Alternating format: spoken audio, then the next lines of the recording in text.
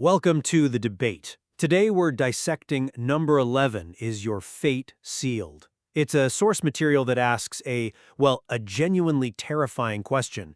Is your life a movie script that's already been written? The text analyzes fate not as some mystical destiny, but as the predictable path of your soul. It is a terrifying question, I'll give you that. But the answer in the text is actually quite hopeful. I'd argue the source material isn't really about how we are trapped by that script, but about the specific mechanics of, how to burn it and write a new one.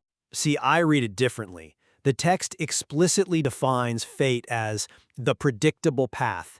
It uses this visualization of a timeline where your current personality traits, your soul's tendencies, create a rigid trajectory. It says your habits today clearly indicate where you'll be in 5, 10, even 20 years.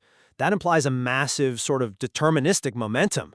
We are creatures of habit, and those habits, they form a cage. It indicates where you'll be if you do nothing. And that's a crucial distinction, isn't it? The text says your future isn't written, but it is predictable. That distinction is the whole ballgame.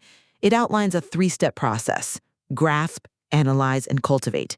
If fate were a locked cage, step 1, grasp your soul's tendencies, would be, useless. The material presents predictability as a diagnostic tool, not a death sentence. But look at the sheer effort required to use that tool. Let's talk about step 3, cultivate and correct. The instructions are to develop new abilities to cover your weaknesses. To me, covering implies the weakness is still there, just lurking underneath. You aren't fundamentally rewriting your soul. You're engaging in damage control against your factory settings. The source implies that your nature is the gravity, and you have to spend your whole life fighting it just to avoid that default timeline. I see that, but you're missing the second half of that instruction, though. It's not just covering weaknesses. It's finding hidden risks within your strengths. That is deep, sophisticated work. It's not damage control. It's more like alchemy. You're taking the raw data of your personality, say your natural decisiveness, and analyzing where it becomes a liability, like arrogance or haste. That's not fighting your nature, that's upgrading it. The text calls for developing new abilities. That is evolution. Evolution takes generations. We're talking about one lifetime. I'm not convinced because the text highlights a timeline that projects 20 years out. It states that who you are right now clearly indicates that future.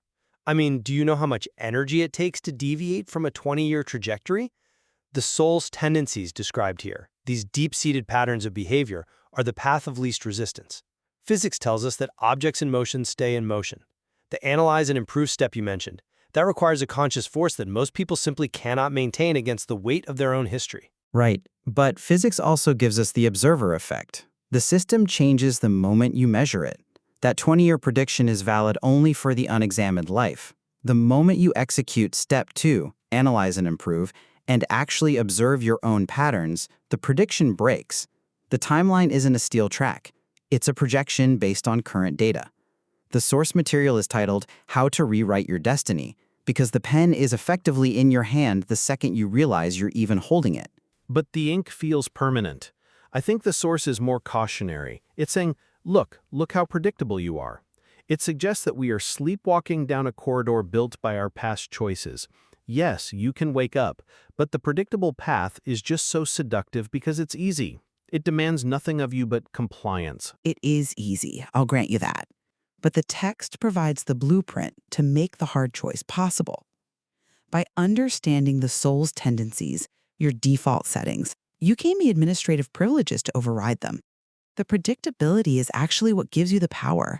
If you couldn't predict the outcome of your bad habits, you would have no way to change them. So we land on a paradox. The future is predictable, but only as long as we refuse to look at it. Exactly.